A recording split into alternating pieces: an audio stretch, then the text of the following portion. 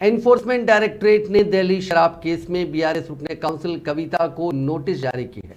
Notice में कहा गया है कि वो जुमा यानी 15 सितंबर को दिल्ली में मुकदमे की समाअत के लिए आए।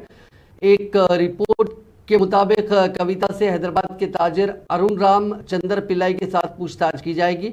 ये बताया गया है कि कविता ने आम आदमी पार्टी को शराब स्कैम मामले से हासिल होने वाली 100 करोड़ रुपए की रकम हवाले की थी। इस सिलसिले में उन्हें दूसरी मर्तबा नोटिस जारी किया गया। सीबीआई हुक्काम ने दिल्ली शराब केस में कविता से गुज़िश्ता साल 11 दिसंबर को उनके घर पर पूछताछ की थी। कविता से तकरीबन 7.5 घंटे तक मुख्तलिफ मौज़ूआत पर सवालात किए गए थे। दिल्ली शराब मामले के केस में ईडी ने जारिया साल मार्च में भी कविता को तलब करते हुए 2 दिन पूछताछ की थी और उनके इस्तेमाल करदा सेलफोन को हासिल कर लिया था।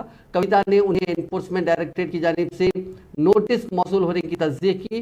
ताहम उन्होंने कहा कि उन्हें ईडी की नोटिस नहीं बल्कि मोदी की नोटिस मिली है, क्योंकि सियासी मुकासमत के तहत उन्हें शराब केस में मुलविस किया गया। उन्होंने कहा कि टीवी सीरियल की तरह शराब केस की तहकीकात चल रही है। उनकी लीगल टीम इस मामले से निपटने वाली है। Telangana will not take it seriously. We will, as a party, as responsible public representatives, we will seek legal recourse. We've given it to the party legal team, and we will go by their advice. How do you see the timing of this?